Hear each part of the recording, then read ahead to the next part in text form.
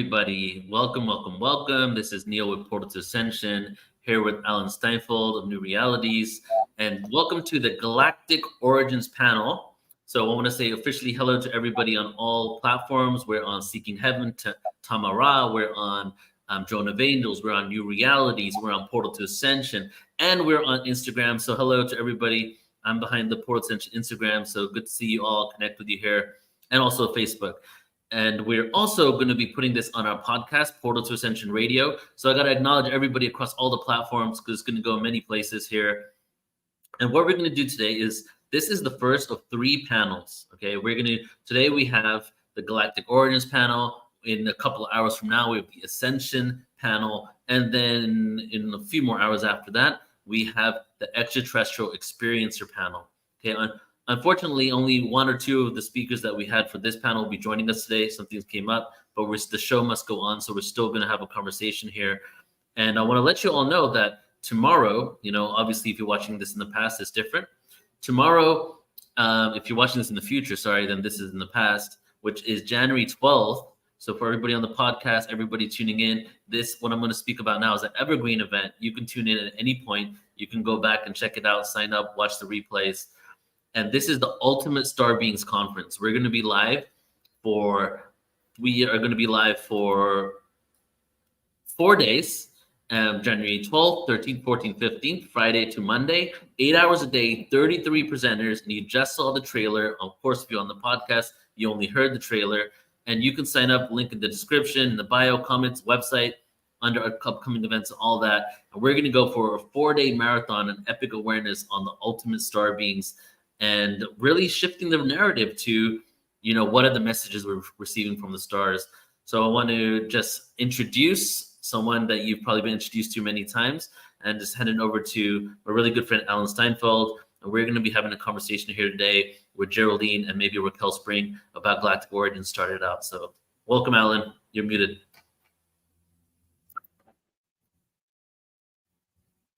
Thank you. I always like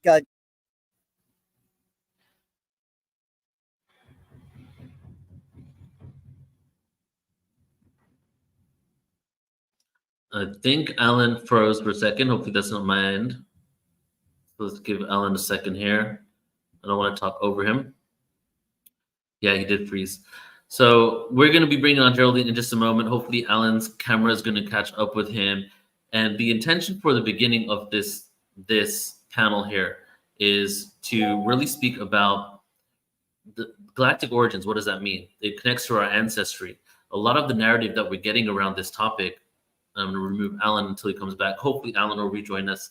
A lot of the information we get around this topic, a lot of the questions that Congress has, mainstream platforms have around who these beings are and where they're coming from, I feel can be answered from the spiritual world when it comes to the consciousness.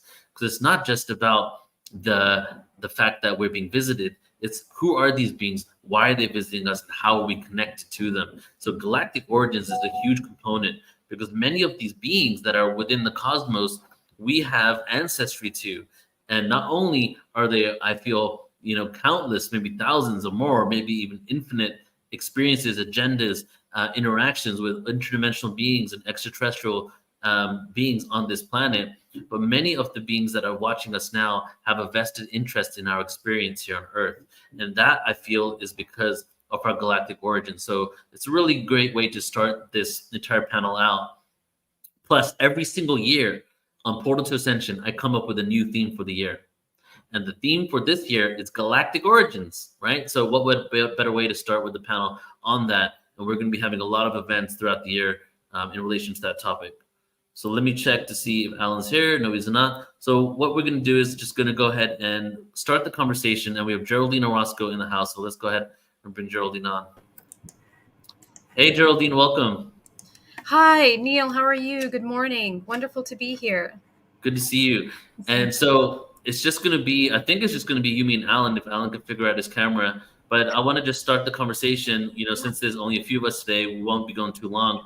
But the whole concept, I think you just heard my introduction about this, right? The whole reality that we're being visited by many different beings, and a lot of the ones that have ancestry and a connection to us are definitely involved in our, evolution. but then there's also those beings that are involved in the future evolution of humanity that are visiting us too, right? That would come into the hybrid agenda. So I'd love for you just to, just to begin sharing your perspective on what is going on and how our galactic origins is connected to this evolution in consciousness. Wow, yes, it's such a big topic. So really what we want to kind of remember, and what's coming up a lot to people, is that more people are going to be remembering their contact. More people are remembering their contact just because of the nature of how we're doing in general, just the vibrational frequency of what we're moving into collectively. The veils are thinning to such a point that people so essentially our DNA and all the information that is available to us within the morphogenetic field of our whole being is coming to the surface. It's coming visible. It's coming accessible to people because the veil is thinning. And so what people are remembering is more vividly their dreamscape, what they are experiencing in dream time, what they're experiencing out-of-body experiences. And therefore, an entire realm opens up to humanity of who they are outside of just this physical vessel. So what I have been discovering in my work with my experiencer groups and contactees is that we're finding that this ET contact is not a strange phenomenon. It's something that we have been dealing with since the very beginning of time, since the origin of humanity on this planet. Really, we have been intercommunicating with the beings of the stars, which essentially is not something outside of us, but it's very much something that is literally within our genetic code. It's in our DNA. And actually talking to these contactees, we're finding that it's occurring in families. Families are having contact experience within specific lineages, and the children that are being born are having dreams with blue beings, and apparently the blue beings are the same blue beings that mom saw, that grandma saw. So, we're beginning to understand that we're kind of building a kind of clarity of an architecture of a realm of genetic ancestry that is interdimensional, intergalactic in a sense.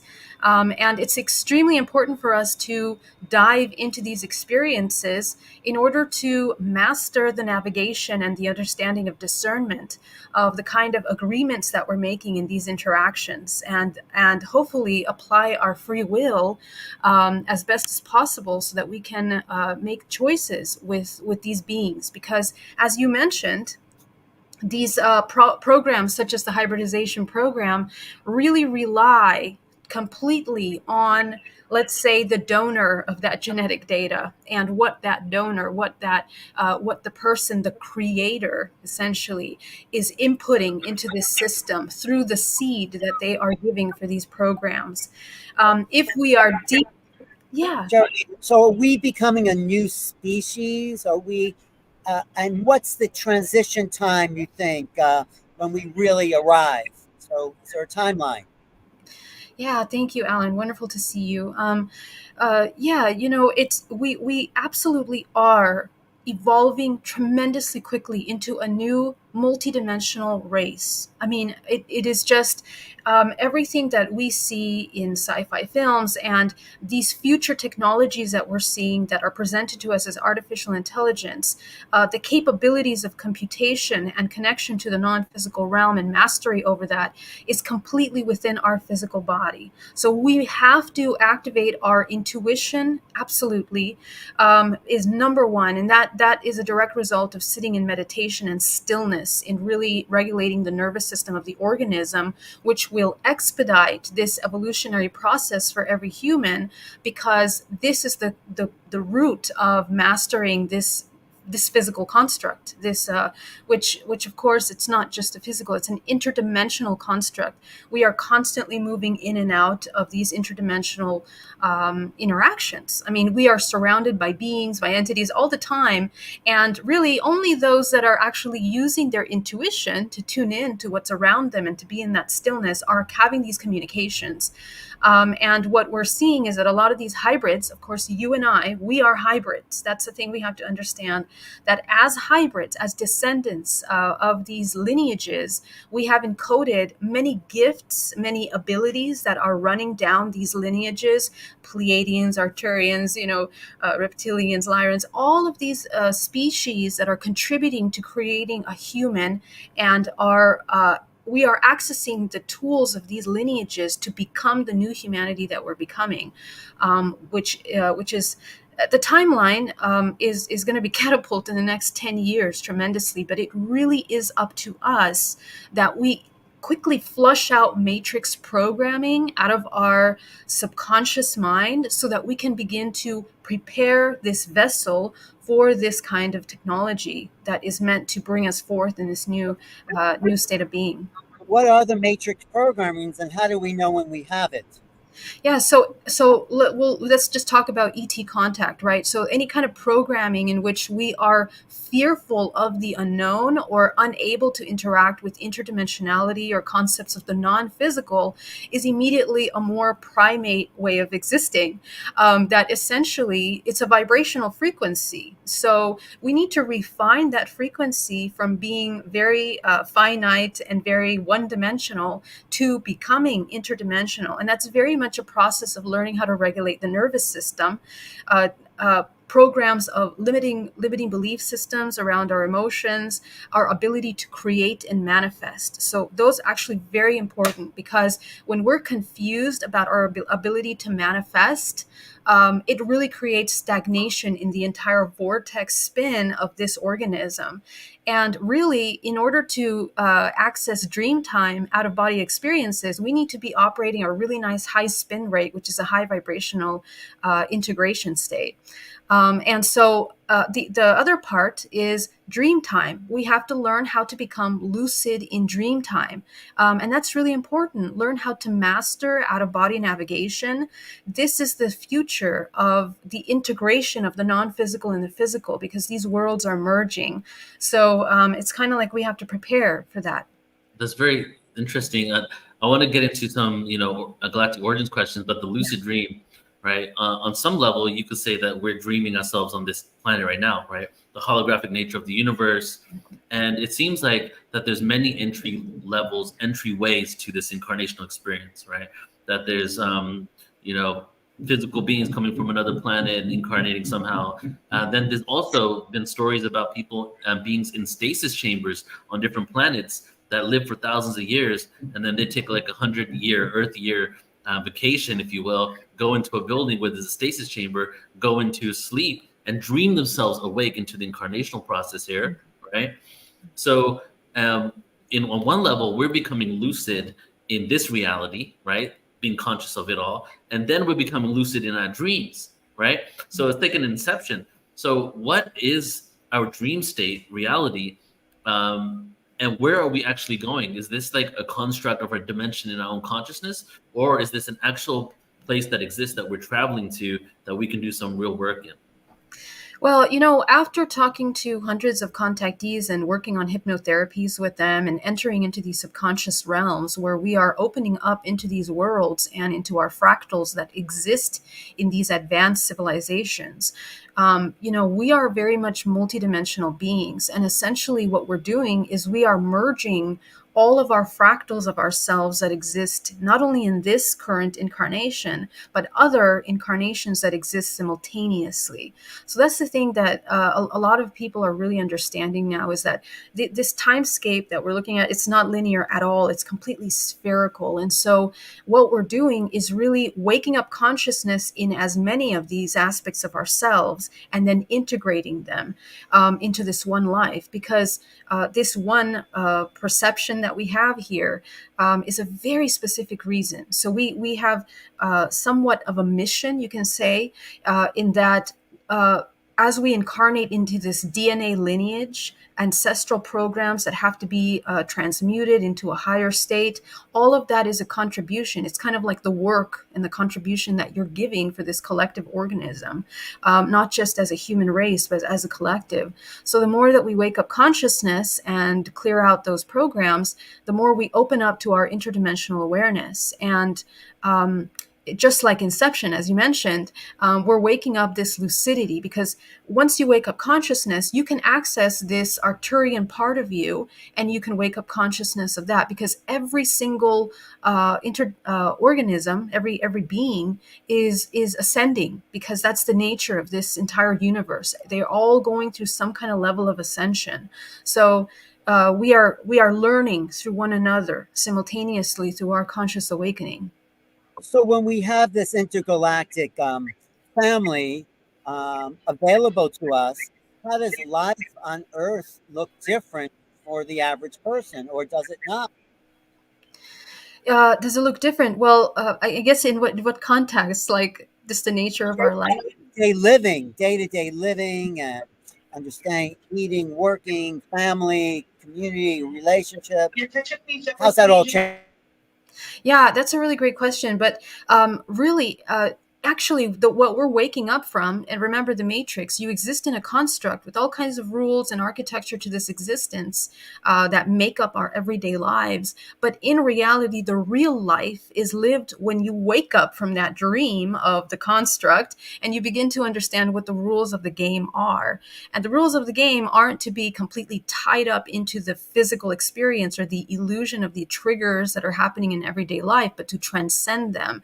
And I think that that's something that we can see through by just observing more advanced civilizations. Their focus and the way that they operate is instant manifestation. So there's a huge level of responsibility to that existence. And it's something that we as Earth humans, three-dimensional realm, we're learning, and this is what we're evolving into. Even right now, our ability to manifest has become extremely quick. You'll notice that. All of our subconscious spheres and ideas come into the physical experience really immediately. So that really makes us become more conscious of what we're thinking, feeling, and just the way that we are, the quality of our life, the quality of our existence has to change. Over the last few years, I've come to an awareness that, I've definitely heard for a while that we have ancestry to different ETs, and, you talk about that, so many of us do. But it seems that Earth could be a galactic library, genetics, from listening to many, many hours of your presentations, right? And and so much more. It's like, it seems like Earth is like the Library of Alexander for DNA, right? And that all these beings throughout the cosmos has donated DNA to this experiment on Earth. So my theory now is, and I don't know because I'm not all knowing in this limited bandwidth of frequency, but my feeling is that maybe every being in our galaxy has donated DNA to this Earth, because in some planets, in higher dimensional planets, we only hear about one or two species there. And it doesn't seem like the thousands, or hundreds of thousands of species that we have on this planet is a common factor throughout the cosmos. So is it, in your perspective, has every being in our galaxy donated DNA here? Is Earth an experiment on all these beings that we have ancestry to, donating DNA to see how we can work together? Yeah, well, I think that, and just to shift the perspective for just a moment, if you can think of species more of vibrational frequency rather than just species, kind of get an idea of how this is kind of functioning, just from my perspective. We are a collection, amalgamation. We are a product, and we are an expression of many vibrational frequencies. And those vibrational frequencies are encoded in DNA, which then project into a physical hologram, which is this physical body. We hold within us everything that is in the immediate organism. And this is kind of like the nature of our organisms too. When we look at the cells in the body, the cells of this one hand, all of those contribute, and they all intercommunicate with the rest of the body. So if you think of the galaxy and universes, we're also intercommunicating through this quantum non-locality. We're all interlinked and interconnected as one. If you think of an organism being one, all of the species then participate through that vibrational frequency to create this genetic lineage. But I do believe that there has been some kind of genetic modification of some kind in order to produce, and I do believe that it's a natural genetic modification as a product of evolution to produce the kind of organisms that we embody. So the human race, and there are hundreds and thousands of humanoid races, not just the human race, that we interact with, that are our cousins, essentially.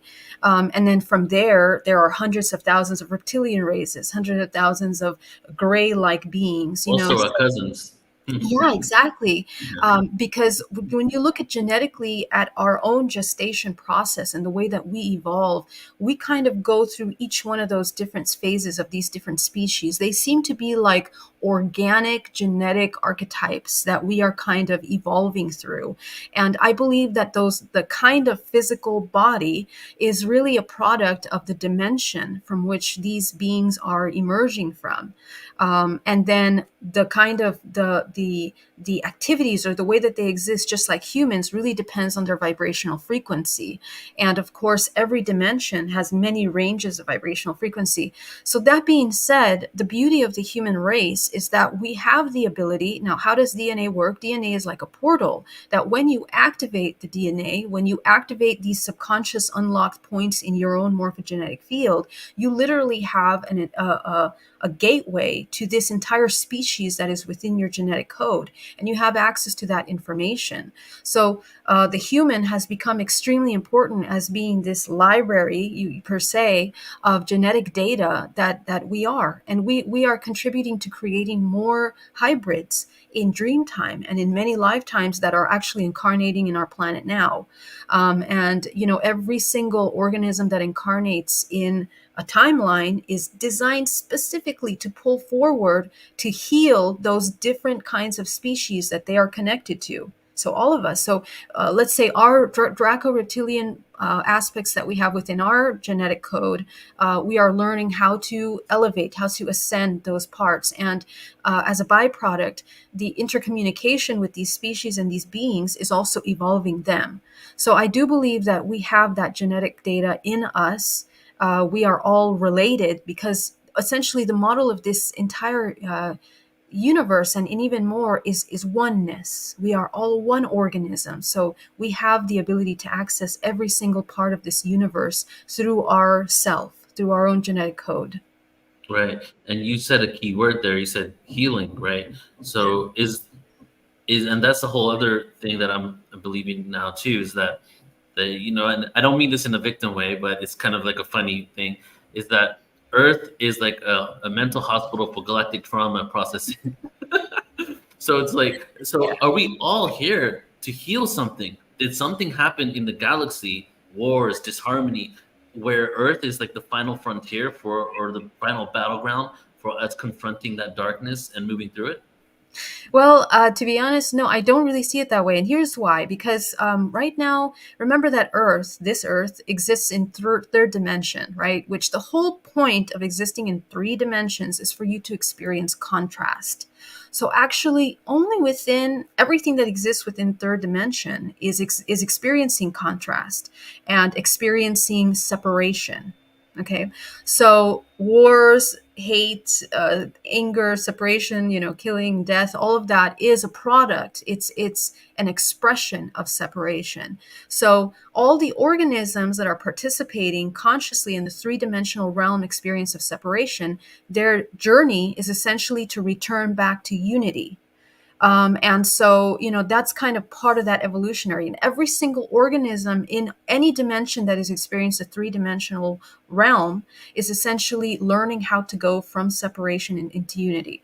How do we know this? Because the organisms and beings that exist in higher planes, let's say 11th dimension, they don't really exist in that construct of separation anymore. It is more unity. And every higher dimensional octave that you enter into, it is more unity, more unity. So the lessons of separation or wars are different.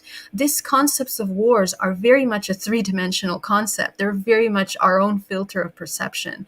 Because as you get higher up into those higher dimensions, it's really a completely different thing. It is about let's say instant manifestation and let's say those very subtle internal thoughts and wars that resist against each other. That can be their entire evolutionary existence and testing.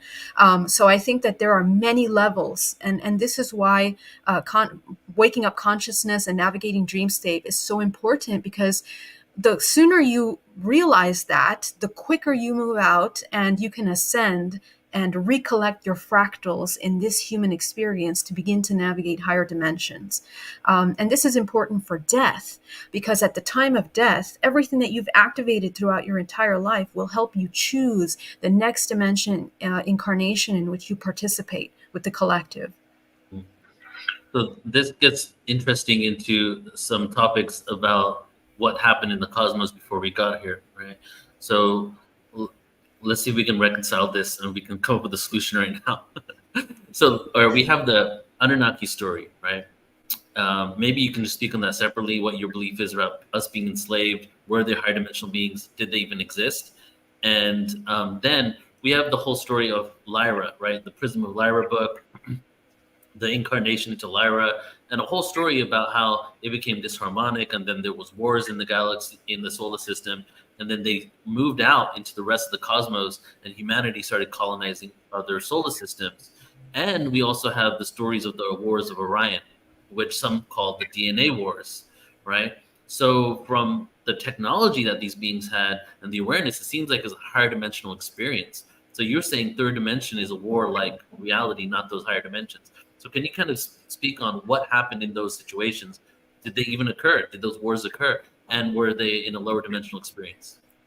Yeah, so from what I have seen from my perspective, yes, there have been certain kind of wars, and there are always wars per se, but these wars exist within the 13 dimensions and under that are participating in the experience of the three-dimensional construct.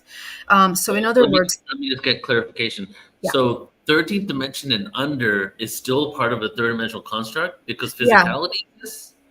Yes, yes, because and it's kind of hard, but they're in every dimension. Okay, so there's an overlay dimension, and then there are subdimensions. There are frequencies within those dimensions, because this is how let's say light refracts. Or this infinite potential refracts and self-organizes within a construct, and so it organizes from lowest frequency to highest frequency. And so let's say that in order to exist in the three-dimensional construct of duality, there are 13 dimensions, and probably more than we know, that are participating in the experience of this construct. So within those 13 dimensions, there are higher beings, there are lower beings, but they all operate by the laws of the duality, that exist within this construct. So in other words, construct or anything having to do with separation, wars, those kinds of things are definitely going to exist at different levels in those different dimensional participations or influence. So these Anunnakis, Lyrans, Orions, all of these different races that have participated go through these different kinds of wars, and all of these wars that we're mentioning are things that are extremely kind of like old, and yet they exist in the history of our humanity, but they don't necessarily influence what we're capable of doing right now at all, really, because they're kind of like a historic point that have occurred in the past, a long time ago. What we're going through right now, but and what I mean by time being a long time ago, it is simultaneous, but it's at the far reach of where we're at evolutionary right now, which means that in this moment we're extremely evolved away from those wars to the point where the human now has evolved to a point of awareness and sovereignty over their genetic I guess their power to have control over their genetic information. And I think that's why humanity is waking up awareness to the hybridization program. They're realizing, we're using ourselves, we are participating in these hybrid programs. And then what is my contribution to that, and how does it work? So, I have seen from the origin of time the story of the Anunnakis, which is, the original story of the Book of Enoch, for example, where Source experiences that separation and then breathes life into Yaldabaoth into the, Archons, and then the Archons into the Anunnakis. And then from there is kind of a ladder from where this Source, again, self-organizes into these different frequencies. And those frequencies are species. Those are the species, what we know as species, vibrational frequencies of consciousness. So the way that I see it at this point is that we have evolved and intermixed so much with so many races that in reality, we really should only look at it like vibrational frequency rather, because we're kind of an amalgamation of all of those. And so we are completely moving out of the concept of war. However, within these 13 dimensions, there is still a lot of manipulation as a result of people's lack of consciousness and waking up from this matrix. So in dream time, we are becoming aware of the fractals of ourselves that are enslaving ourselves as a lack of consciousness. We participate in these military programs, in these programs of being on different planets like Mars, and we're part of these government because those do exist. I mean, they are all run by these shadow governments that run not only planet Earth but other planets in this system, that are playing out these militaristic programs. So they do exist, and there is a darker aspect to hybridization as well. But really, it comes down to the human's awareness, because we're so interconnected, what you do in your ascension will change and transmute all of your participation of those fractals in those warlike settings. I have a lot of clients that, they become aware of themselves being on Mars as part of these warlike terraforming, all these kinds of programs that they're doing. And once they wake up consciousness, they shift the narrative in that life. And it shifts completely their participation of that. So just like we're waking up consciousness here on Earth, and we don't participate to the wars and to the death of humanity by neutralizing the wars within ourselves, it's the same thing intergalactically, with all of our fractals. And I think that, essentially, we have to move out of the war mindset into a state of understanding of unity. And that doesn't mean that the negative anything is going to go anywhere. It means that we have to neutralize the negativity and the separation programs within ourselves in order to be more sovereign. And that's a huge thing. Sovereignty and free will is a really huge thing that the human has in shifting these historic timelines. And hopefully we learn from those, because those wars in those stories, why those wars began is because the organisms forgot their connection to source and became parasitic, right? That's the whole point of these stories, to understand the process of parasitism. And when parasitism emerges in us, how do we quickly neutralize that so we don't go towards World War III? In the occasion of our human race, we're kind of going through that now. Wow, yeah. When we speak about the beings, the usual suspects, right? The Arcturians, the Pleiadians, the Zeta Reticuli, the Lyrians, Syrians, are we speaking about all those beings within that 13th dimension and under? Or do these beings, and we all have an aspect of ourselves that are beyond the 13th dimension, but that's not an earthling, that's something completely different, right? So when it comes to the actual beings that we speak about interacting with us, do they engage within this 3D construct as well? Yeah, absolutely.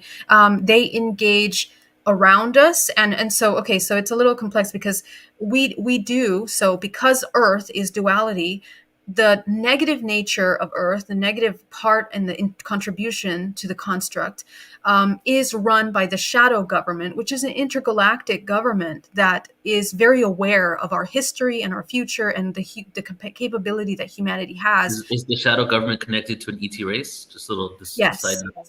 yes, it is. Yes. So if you know these stories of the Anunnaki and the Archons, and how that was had been manipulated into a darker agendas at the origin of time, those are the bloodlines that were created that went into creating the matrix, essentially. So those genetic lineages are essentially the descendants that create this 1% that is in control of this entire world. Those are bloodlines. Those are very, very old, specific bloodlines that have been cultivated through history. And they hold within those bloodlines very genetic roots of our ancestry.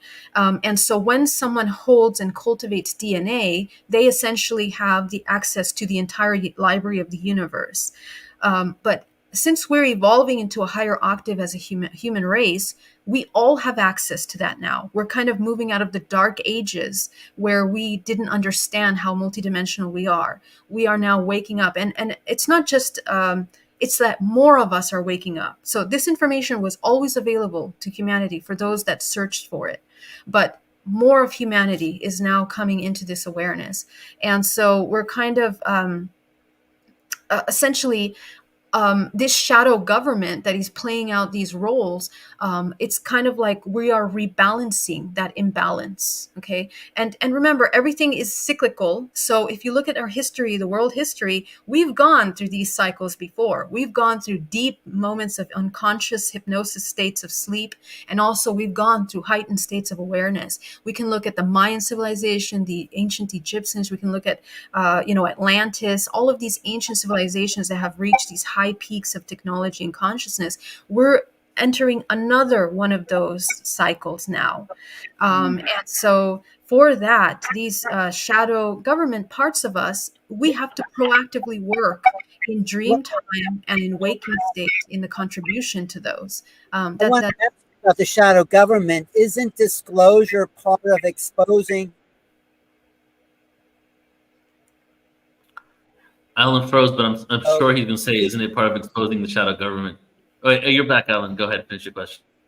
Are we exposing? Disclosure is the process of exposing the shadow government, because we're seeing the Pentagon's relationship to ETs and corporations, and they are controlling our minds. So talk about disclosure in terms of shadow government and the progression of people standing up for themselves. Yeah.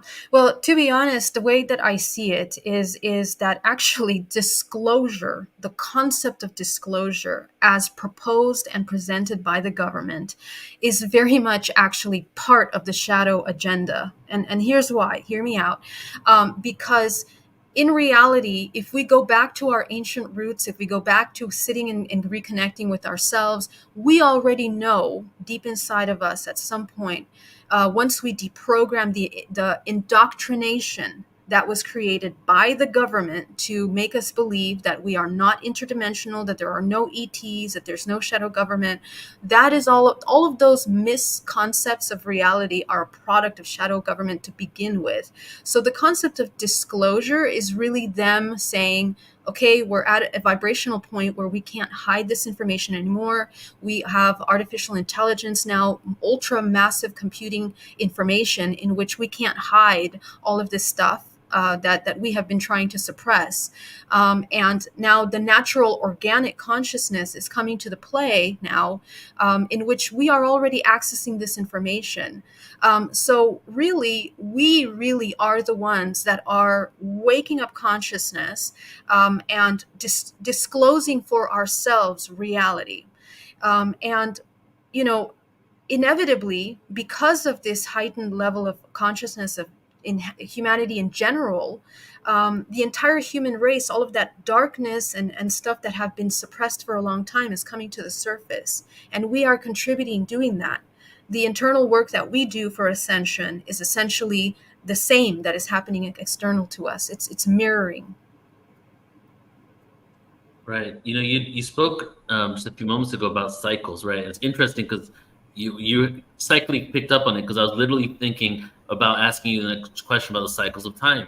You've heard this whole concept that we go through cycles of time, 4 ages, right?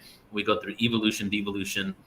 So, it's the Great Year in the Maya and many other cultures, 25,900 years or so, right? So what this supposedly connects to is the evolution and the remembrance of humanity, where we even get to a telepathic communication, and then the devolution, where we start using external tools to do things that we can do internally, also known as the external Merkaba, basically relying too much on external tech. They even speculate this was happened with Atlantis. So my question is that, if we've been having these 26,000 year cycles and we do a lot of events on this, like how many civilizations have there been we don't even know about? How many resets have there been? In your opinion, are we going to get to a phase where we break free from the cycles so that we stop having to reset, we stop attracting cataclysmic disasters, and we continue an evolution and eventually become the ETs to other planets? Like, is that what our future is destined? And how do we know that that's happening instead of the continuous resets? Like, what's your opinion on that? Well, my opinion is that we absolutely are doing that. And essentially, it's up to us. It's completely up to us if we want to continue incarnating in this construct. This is where, in a sense, we have the free will. So, my belief in some of these things is that we actually don't really have free will, because we are deeply, as you can see, as all these conversations, we're deeply interconnected with many systems. And we are interplaying with them, and our choices that we make here on Earth are influencing and contributing to changes in other galaxies with other species, because we're so deeply interconnected. So just like we're cleaning up the ancestral choices that grandma, great grandma, great grandpa have made, that have literally brought our vessels, our physical bodies, into manifestation, into the incarnation of this current lifetime, to break patterns of suffering, ancestral cyclical trauma down our ancestral lineage, we're doing the exact same thing intergalactically.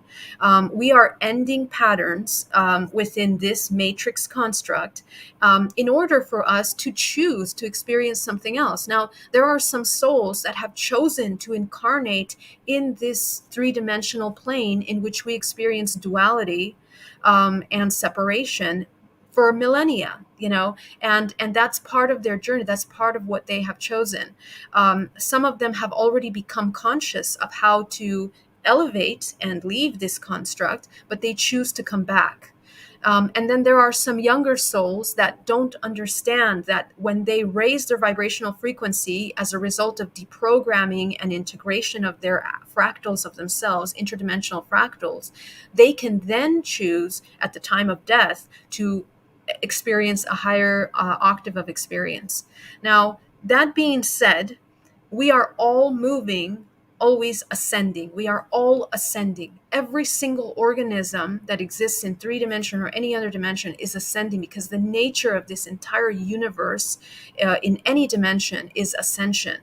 And ascension means that we are evolving higher octave. We are experiencing higher octaves every time, every day, every moment, every lifetime. So I believe that the way that we exist within those cycles and the cyclical nature of this construct is completely up to us. And as you can see in this construct, when you fall out of alignment in vibrational frequency to this dimension, you essentially get sick and you die. You basically dissolve, and then you go back. That's a mechanism that we have to be very aware of. That when our activities become counter creative, the organism recycles. Okay, so that's why it's completely up to us. As long as we understand the laws of the universe, and as long as we understand the mechanism of cyclical patterns, cyclicality, I guess, or how do you say that word? To say that these cycles are cyclical, there's certain laws and mechanism to that. So every single organism is existing, and the higher dimension you go, the longer your existence becomes, right? So these beings in higher dimensions, they're existing thousands of years. Their lifespan is thousands of years, not just 100 or 100 years. So the choices are shifting, and the responsibility of that existence also changes. What you're saying then, part of what you said is that, so it's not really predetermined. The ascension, the evolution isn't predetermined. We're confronted with a choice, right? Well, evolution as a whole, or ascension, is a natural aspect of this construct. So everything is evolving. However, what you do in that process of evolution is up to you. You can continue to reincarnate back and move in that cycle, or you can jump and experience other dimensions within this ascension. Constructs, different kinds of dimensional constructs. Yes. There's a quote, and even the Rig Veda has something about this, but the quote is, the destination has already been chosen. It's the journey that counts. So the destination is the ultimate evolution, and the reconnection to source. How we get there is up to us. And it may be a very long journey to reconnect to source, but we could go through multiple remembrances and forgetfulness during that time. Is that correct? Yeah. And at the end of the game, it's really about the experience, because this organism is learning through us. It's experiencing through us. If you look at the bigger picture of it, every single organism is just an experience, and there's wisdom that is gained through every lifetime that is massively contributing to the library, the genetic library of all species that are existing in this universe. So, okay, as we close out, Geraldine, Yeah. love to leave it on this question here. So, what are some things that we could realize about our connection to the cosmos and different ETs and races? What are some of these things that we're going to begin to realize in our future, right? Or, as we realize that we're connected to the cosmos, our consciousness expands, and these ET races, are we going to understand our galactic ancestry? Are we going to meet people that are our descendants and our ancestors? What do you feel is in store for us? Yes, I think that it's our very important responsibility to become aware of all of these fractals of ourselves, within ourselves, through ourselves, because this is how we experience everything. Everything is a projection of ourselves in this holographic construct, and so. In order to try to access as much truth as possible, we have to refine our filters of perception to be able to see truth as much as possible. And so in order to see that, deprogramming of limited one-dimensional thinking, that has to change, and in the ability to access and navigate your physical life as interdimensional organism, that has to change. We are constantly meeting each other, interdimensional fractals of ourselves. In fact, this entire world, it's constantly self-organized. So you and I, we have history together, many lifetimes together. Every single person on this panel, watching this panel right now, we all have genetic data in resonance to one another. So the law of resonance plays a really huge role in the kind of experiences that we have and the information that comes forth to us. Even if it's something that may feel that it doesn't resonate at first, it's going to turn on. It activates something subconsciously within you that later on you will have access to as a portal of information. So essentially, we're kind of waking up each other with these experiences. And in dream time, the more lucid you become, the more these experiences, out-of-body experiences, become clear to you. And remember that this is something that all the ancient civilizations have been training, is to wake up conscious and lucidity in dream time to prepare for death, because the bigger picture of this is the integration of all your fractals as you become one again, as you return to that embodiment of source. So I think that we must practice meditation, must practice lucidity, waking up consciousness, so that essentially we're becoming friends with the unknown. That's the number one thing. And the end goal is not to connect with all your ET parts necessarily, but it's to discern. It's to discern and to be able to you become aware of the agreements that you have made in these species that you are making constantly with your choices. So it's like this, it takes you up to another level of spiritual maturity, mature existence, essentially, where you become a citizen of the universe, and you are interacting with respect, with love and compassion, not only to your own family, but to this intergalactic existence that you are part of.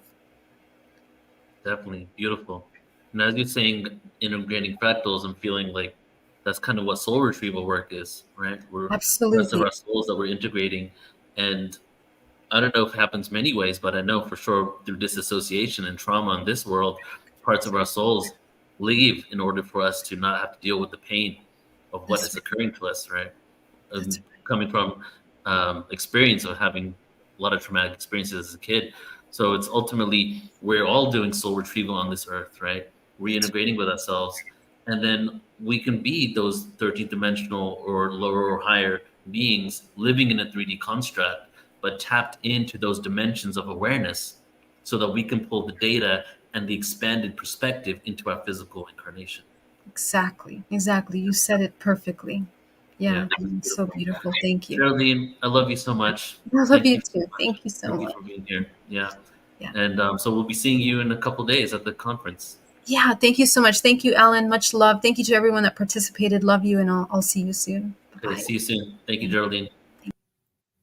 All right, everybody. So thank you all so much for tuning into the first panel of 3 panels today, right? And again, you know, in my communication now, I always like to make it evergreen and expansive because I know so many people watch these things after we go live. So to everybody on Portal Ascension Podcast, we have I think 100 plus episodes now on Portal Ascension Podcast, Audible, Spotify, Pandora, iTunes, iHeartRadio, blah, blah, blah, all those things. So check it out. If you like to listen to audio, please check out the podcast. And even though the Star Beings Conference is tomorrow, which is January 12th, 4 days, link in the description, link in the bio, link on our website, everywhere you can find the link, we have it there. You can sign up at any time and watch it. It's 100% free, or if you want to contribute a donation, you can go ahead and donate as well. And right now, we have 1,400 people signed up, right? So I'm trying to we have less than 24 hours to get it to 2,000 people. Please help me get that number because we're going to do some mass meditations. There's going to be 33 different speakers there. It's just going to be boom, boom, boom, boom, boom. Entertainment, awareness, disclosure, consciousness, heart-centered experiences. So sign up at portaltoascension.org. And we will be live for all of you guys who are tuning in live. We will be live in a couple of hours with the Ascension panel. Deborah Giusti is hosting the Ascension panel. So subscribe to our YouTubes and all the YouTubes that you're on.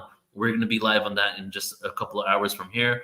And for everybody on the podcast, tune into the next episode. We'll be live we'll have the recording there of the Ascension panel. And the ultimate final one today is the extraterrestrial experiencer panel. That's how we're going to end it. So love you all. Thank you so much. Shawnette in the room. Thank you for your energy. Kyra, nice to see you. Thank you so much for being here. Thank you as well. Tammy Lane.